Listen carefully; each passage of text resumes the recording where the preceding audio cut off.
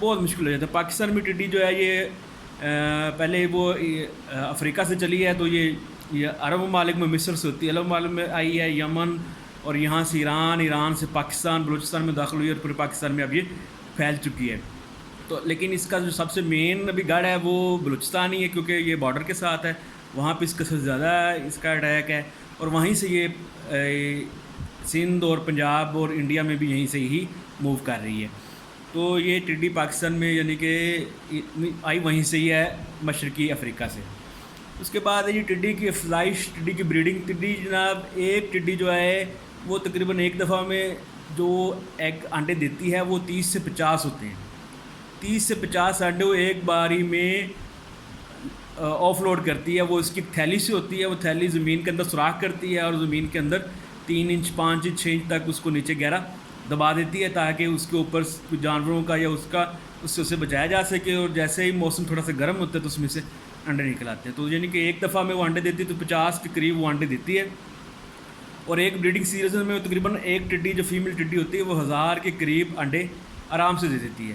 تو اسی وجہ سے اس کی تعداد بڑی ریپڈلی بڑھتی ہے، کہ یعنی کہ 1 کروڑ ٹڈیاں ہیں فیمیل ایک جھنڈ میں، تو وہ 1000 انڈے دیں ایک بریڈنگ سیزن میں، تو آپ خود انداز لگا لیں، ضرب دیکھ کے دیکھ لیں کتنی وہ بڑی تعداد ان کی بن جائے گی، ٹھیک ہے۔ تو یہ اس کی بریڈنگ بڑی ریپڈلی ہوتی ہے، اس کا کنٹرول کرنا بڑا یعنی کہ مشکل ہے، کیونکہ اس کی تعداد بہت زیادہ ہو جاتی ہے۔ تو اس کی افزائش یعنی کہ یہ 2 دفعہ بریڈنگ سیزنس کا آتا ہے، بہار میں آتا ہے اور سردیوں میں آتا ہے، گرمیوں میں آتا ہے۔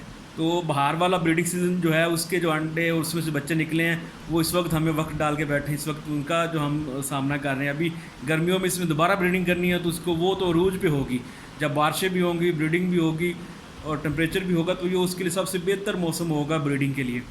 تو اس کے لیے میں کہہ رہا ہوں کہ آپ کو مزید تیار رہنا چاہیے کہ بریڈنگ اس کی کیسے ہوگی، تو اس کے لیے آپ کو پہلے سے تیار ہونا چاہیے۔ اس کے علاوہ اس کی بریڈنگ کے حوالے سے ایک اور بات ہے کہ یہ ہمارے علاقے میں پہلے اب بھی آئی ہیں 50s 60s 70s اور 90s کی دہائی میں بھی اس کا اٹیک ہوا، لیکن وہ کیا ہوتا تھا کہ اٹیک ہوا ایک دفعہ 2-3 ماہ کے اندر اس نے کھایا پی اور واپس اپنے علاقے کی طرف چلی گئی، یعنی کہ واپس گلف اور افریقہ کی طرف چلے گئے اپنے بریڈنگ سیزن میں۔ اس دفعہ بریڈنگ سیزن میں ان کا یہ ہوا ہے کہ یہ پاکستان میں رک گئی ہیں، کیونکہ پاکستان میں ٹمپریچر بہت لو تھا، جو کولڈ ویو تھی وہ بڑی لمبی چل گئی، جس کی وجہ سے وہ واپس نہیں جا سکی۔ جو واپس نہیں گئی تو اس کے انڈے انہوں نے یہیں پہ بریڈنگ کی، یہیں پہ انڈے دیے۔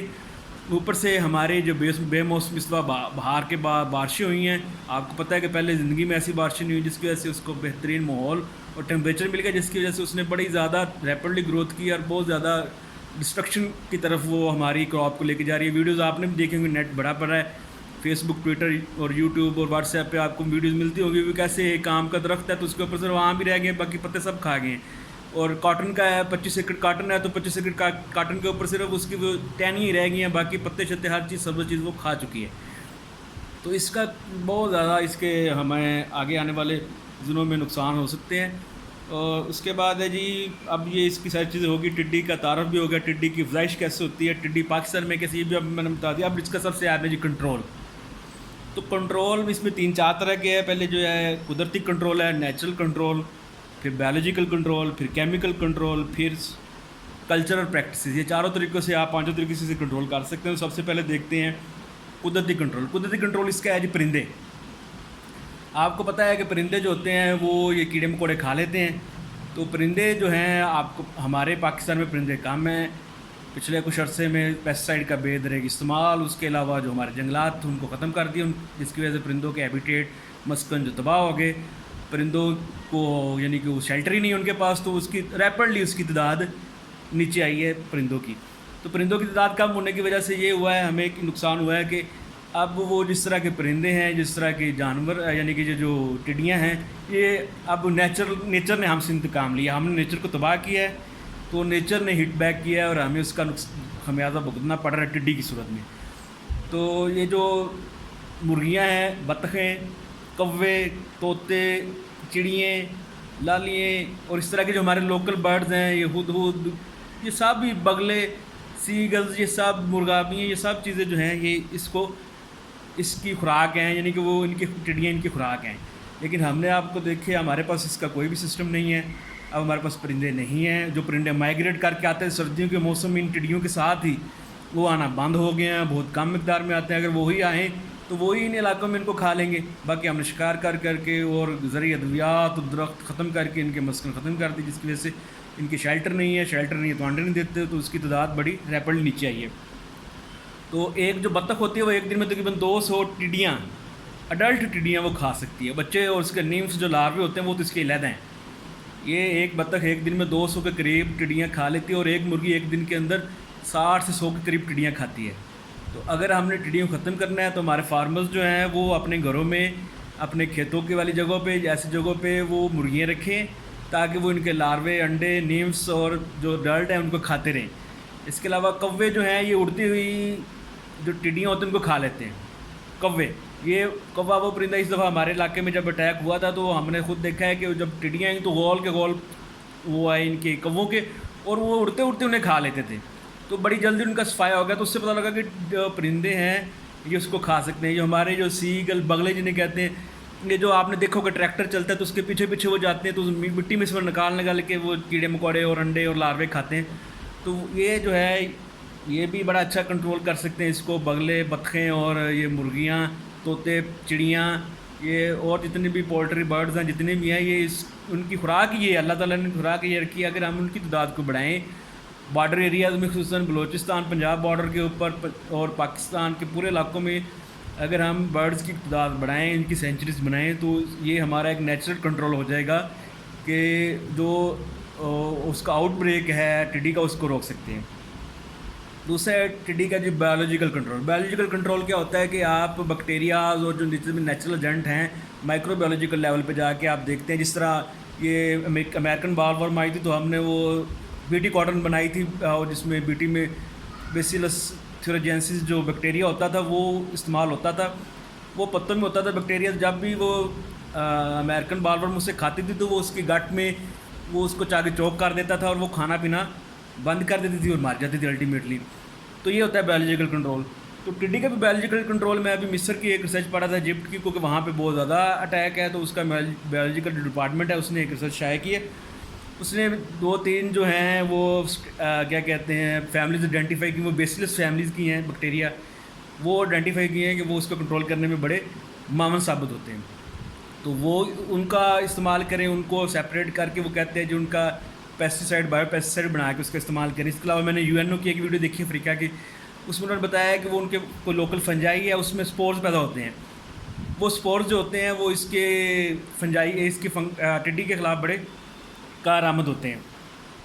لیکن بایولوجیکل کنٹرول کا یہ ایک مسئلہ ہے کہ یہ سلو ہوتا ہے، کہ یعنی کہ آج آپ نے اسپرے کیا، یہ نہیں کہ شام تک سارے جو ہیں ٹڈیاں مر جائیں گی، لیکن 3-4 دن 5 دن ہفتہ لگے گا، اس کے بعد مریں گی. تو ہمارا فارمر یا ہمارے جو ہے لوگ اتنی دیر ویٹ نہیں کرتے. وہ کہتے ہیں جو ڈاکٹر کے پاس بھی جائیں تو ایک ٹیکہ لگا ہے تو شام تک علاج نہیں آیا تو نئے ڈاکٹر کے پاس چلے جاتے، آرام نہیں آیا تو وہ بایولوجیکل کنٹرول کی طرف نہیں آتے. حالانکہ یہ سب سے اچھا کنٹرول ہے، کیونکہ اس میں آپ کا جو ہے اس کے جو ریزیڈیول افیکٹ ہے جو کیمیکلز کو، تو اس سے آپ بچ جا سکتے ہیں. آپ کے جو کسان دوست کیڑے ہیں وہ اس سے بچ جاتے ہیں، کیمیکل سے وہ مر جاتے ہیں. تو اس کے بینیفٹس زیادہ ہیں. تو بایولوجیکل کنٹرول کی طرف ہماری حکومت کو جانا چاہیے، UNO سے رابطہ کرنا چاہیے کہ وہ کون سی وہ انہوں نے فنجائی ڈھونڈی ہے جس کے سپورز اس کے خلاف ایکٹیو ہیں. اور جو ہے ہماری ایجپٹ کی، ان کی گورنمنٹ سے رابطہ کرنا چاہیے کہ انہوں نے جو فیملیز آئیڈینٹیفائی کی ہیں بیکٹیریا کی جو اس کے خلاف ٹڈی کے خلاف ان کا اچھا رزلٹ ہے، تو وہ اس کو ان کے سچ کے ساتھ ان کے ساتھ کولیبوریٹ کریں. اور پاکستان میں بھی اس طرح کا بایو کنٹرول کا کوئی پروجیکٹ لے کے ہیں. آگے جی کیمیکل کنٹرول. جی عام کنٹرول آج کل سب سے پہلا ہمارا یہ ہوتا ہے کہ کیمیکل کنٹرول کیا جائے. کیمیکل کنٹرول میں ہم اس طرح کرتے ہیں کہ سب سے پہلے ہم کیمیکل کنٹرول میں یہ کرتے ہیں کہ وہ 4-5 یہ جو بال ورم کے خلاف جو انسیکٹیسائڈز ہوتے ہیں وہی کر دیتے ہیں. مثلا لیمڈا سیلوتھرین ہے، سیپرومیتھرین ہے، کلوروپیریفاس گروپ ہے، یا میلاتھیان ہے، یا ڈیلٹا میتھرین، یا کوئی بھی اس طرح کے یعنی کہ لیوفینوران، ایمومیکٹر، یہ سب اس کو ٹڈی کو ختم کر سکتے ہیں. لیکن اس کا کیا ان کا ریزیڈول افیکٹ بہت زیادہ ہوتا ہے، لمبے سے چلتا ہے. پھر جانوروں میں جب وہ چارہ وغیرہ ڈالیں گے جانوروں میں بیماریاں پیدا ہو سکتی ہیں. وہ پھر وہ جانور جو دودھ دیں گے وہ انسان پئیں گے. تو کیمیکل کا یعنی کہ وہ ایک چین جو بنے گا وہ جانوروں سے ہوتا ہے وہ انسانوں تک آئے گا، جس کی وجہ سے انسانوں کو نقصان ہو سکتا ہے. اس کے علاوہ یہ ہوتا ہے کہ یعنی کہ جیسے لیمڈا یا یہ جو کلوروپیریفاز یہ جو ہیں یہ ساتھ میں کسان دوست جو کیڑے ہوتے ہیں ان کو بھی ختم کر دیتے ہیں. اگر ہم ان کا زیادہ استعمال کریں گے کسان دوست کیڑے ختم ہو جائیں گے. ہو سکتا ہے ٹڈیوں سے تو ہم بچ جائیں, لیکن دوسری سفید مکھی, تیلا, تھریپس اور یہ جو ہوتی ہے مائنڈ اور اس طرح کے جو جتنے رس چوسنے والے کیڑے جنہیں یہ کھاتے ہیں ہمارے کسان دوست کیڑے, وہ نہیں ہوں گے تو ان کی گروتھ اتنی زیادہ ہو جائے گی تو پھر بھی ہماری فصلوں کو بہت زیادہ نقصان ہونے کا خطرہ ہے. تو اس کے لیے وہ میں آسٹریلیا کے ایک ادارے کی ریسرچ پڑھ رہا تھا. انہوں نے ریکمینڈ کیا ہے کہ فیپرونل ہو, ملٹی سن ہے, اس طرح فینیٹروتھائیون ہے, یہ جو ہیں فیپرونل, فینوٹرائیون اور یہ ملٹی سن جو ہیں یہ جو کیمیکل ہیں ان کا ریزیڈوڈل افیکٹ بہت کم ہے. یہ 7 دن کے اندر اندر ان کا ریزیڈوڈل افیکٹ کراب میں سے ختم ہو جاتا ہے. لیکن جو لیمڈا ہے, جو سائپر میتھرین ہے, جو ڈیلٹا میتھرین کلوروپیریفاس گروپ ہے, اس کا جو ہوتا ہے وہ تقریباً وہ کہتے ہیں 40 سے 56 دن تک اس کا ریزیڈوڈل افیکٹ اس کے اندر رہتا ہے. تو وہ اس کو جو ادارے ہیں جو ورلڈ جو کہ ہیں ایگریکلچر کے جو ادارے ہیں وہ اس کو ریکمینڈ نہیں کرتے. اب جی کون سا وقت اسپرے کیا جائے؟ تو اسپرے کرنے کا سب سے بہترین وقت ہے سورج نکلنے سے, یعنی کہ صبح کا وقت فجر سے لے کے 7, 8, 9 بجے تک اسپرے کر لیں, یہ سب سے اچھا ہے. تو اس کا طریقہ یہ ہے کہ رات کو آپ اپنی فصل کا سروے کریں. رات میں اگر آپ کی فصل میں جو یعنی کہ آپ کو نظر آتے ہیں تو آپ رات میں ہی تیاری مکمل کریں, اپنی مشینیں, اپنا اسپرے وغیرہ تیار رکھیں اور فجر کی نماز کے فوراً بعد آپ اس کا اسپرے کریں تو بڑے اچھے رزلٹ آئیں گے, کیونکہ اس کو اڑنے کے لیے نا سورج کی انرجی چاہیے ہوتی ہے شروع میں. تو یہ یعنی کہ سردیوں میں بھی اس کی ویسے ہی موومنٹ سلو ہوتی ہے, گرمیوں میں اس کو بھی صبح ٹائم زیادہ لگتا ہے کہ تھوڑی سی گرمی ہو تو پھر یہ اڑنا شروع کرتے ہیں. تو سب سے بہترین سٹیج ہے کہ یہ نیمف سٹیج میں, لاروا سٹیج میں اس کو ختم کر لیا جائے.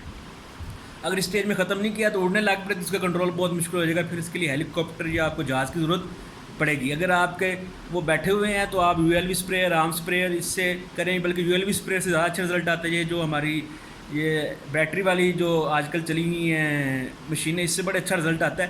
تو کوشش کریں کہ جب یہ بیٹھے ہوئے ہوں یا نیمف یا لاروے کی یعنی کہ سٹیج میں ہوں تب ان کے اوپر اسپرے کریں.